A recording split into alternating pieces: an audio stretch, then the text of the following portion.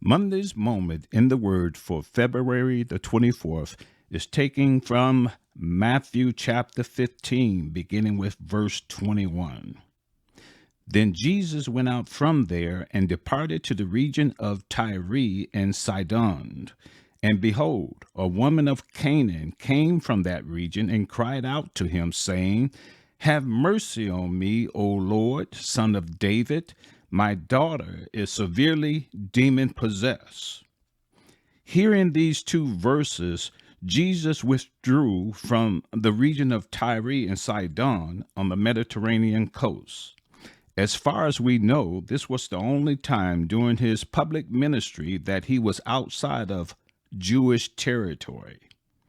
And a Canaanite woman asked him to heal her daughter who was demon possessed. This woman knew who Jesus was, as she addressed him as the Son of David. The title as Son of David spoke of his humanness, and also it spoke of him being divine, God in the flesh. That title, Son of David, also indicated that Jesus was Israel's promised Messiah who will inherit the throne of his ancestor David. Also, it is important to realize that this woman was not a Jew, but a Gentile. She was descended from the Canaanites, which were considered a immoral race. Through Israel's disobedience, some Canaanites had survived the invasion of Canaan under Joshua, as recorded in Joshua chapter 13. And this woman was a descendant of the survivors. As a Gentile, she did not enjoy the privileges of God's chosen earthly people, the Jews. She was an alien, having no hope. Positionally speaking, she had no claim on God or the Messiah.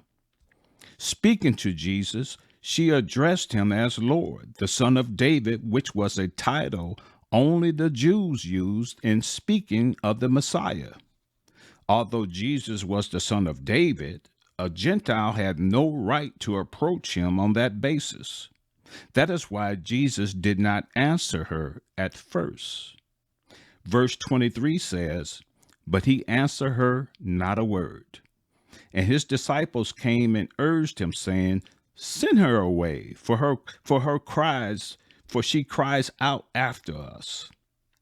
But he answered and said, verse 24, I was not sent except to the lost sheep of the house of Israel. Verse 25, Then she came and worshiped him, saying, Lord, help me. In verse 24, Jesus reminded her that his mission was to the lost sheep of the house of Israel, not to the Gentiles, and certainly not to Canaanites. She was undeterred by this apparent refusal. Then she drops the title, Son of David, and flat out worships him, saying in verse 25, Lord, help me. I guess she figured that if she couldn't approach him as a Jew by using his title as the Son of David, she'll simply have to come to her Messiah as a creature to her Creator. Verse 26, But he answered and said, It is not good to take the children's bread and throw it to the little dogs. Jesus was saying it was not good for him to turn aside from feeding the Jewish people in order to give bread to Gentile dogs. I know this may sound a little harsh, but we should remember that just like the surgeon's scalpel, it was not intended to hurt, but to heal. But she being a Gentile, yes, she being a Gentile, and the Jews looked upon the Gentile as scavenging dogs, prowling the streets for scraps of food. And the question was, would she acknowledge her unworthiness to receive the least of his mercies? Let's find out. Verse 27. And she said, Yes, Lord, yet even the little dogs eat the crumbs which fall from the master's table. Her reply was impressive, to say the least. She agreed with his description completely. She took her place as being an unworthy Gentile, and she cast herself on his mercy, love, and grace. She basically said, "You are right. I am only one of the little dogs under the table. But I notice that crumbs sometimes fall from the table to the floor.